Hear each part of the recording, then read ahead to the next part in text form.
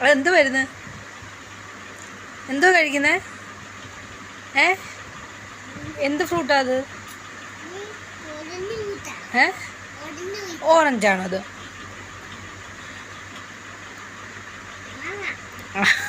മാങ്ങയാണോ?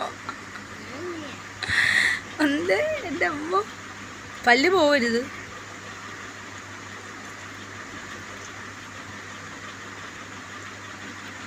പുളിയാണോ മധുരമാണോ? എന്ത് ടേസ്റ്റാ?